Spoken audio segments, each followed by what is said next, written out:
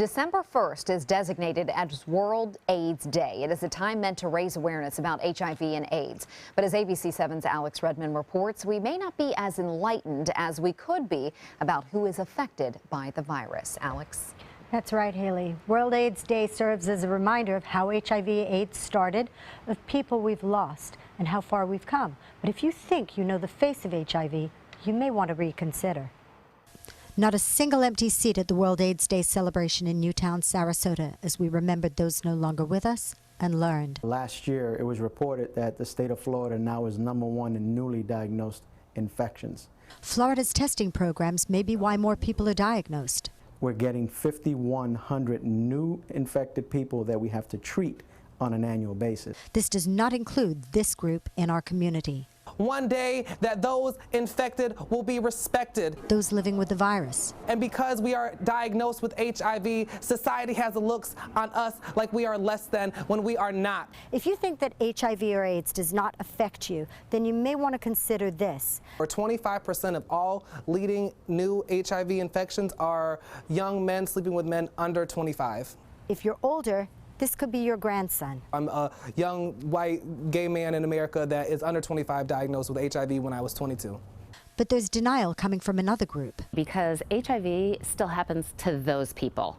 You know, and over the age of 50, a lot of folks don't use condoms because really they don't have to worry about birth control anymore, and they have absolutely no idea that they can be at risk. AIDS activist and board member of Trinity Charities, Inc., Richard Trifari, knows HIV only too well. I'm 74 years old.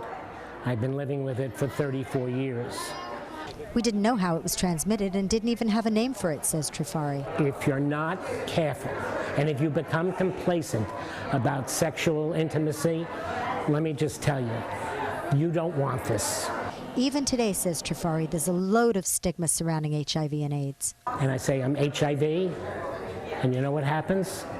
They take a step backwards. They don't even know they've done it, because it's an automatic thing like this. One major obstacle, explains Acevedo, is assisted living facilities and retirement homes are resistant to allowing education. Whether it be residents or even students, because we're not even allowed in the school system either. Education would also reveal you cannot get HIV from a hug. But do not think that you're exempt. It can happen to anyone. Now, the 2015 AIDS Walk is this Saturday, December 5th. It starts downtown Sarasota and it goes over the Ringling Bridge. More than 500 walkers are expected, but you know, it's not too late to register or volunteer, and we'll have a link for you at mysuncoast.com. And Alex, what's missing in prevention efforts that youth and seniors are now most at risk? Absolutely. What Acevedo said is that education, they are not allowed into assisted living facilities. I think that people of a certain age are able to handle a little bit of sex education. And as for the very young, as he said, they will have sex. So the thing is that you have to teach them how to be safe if they are going to have relations. So that's the thing. It's about education, because we want to keep people safe, we want to keep them well, and we want to educate. And that's a big mission of having World AIDS Day, is those prevention efforts. All right, thank you, Alex.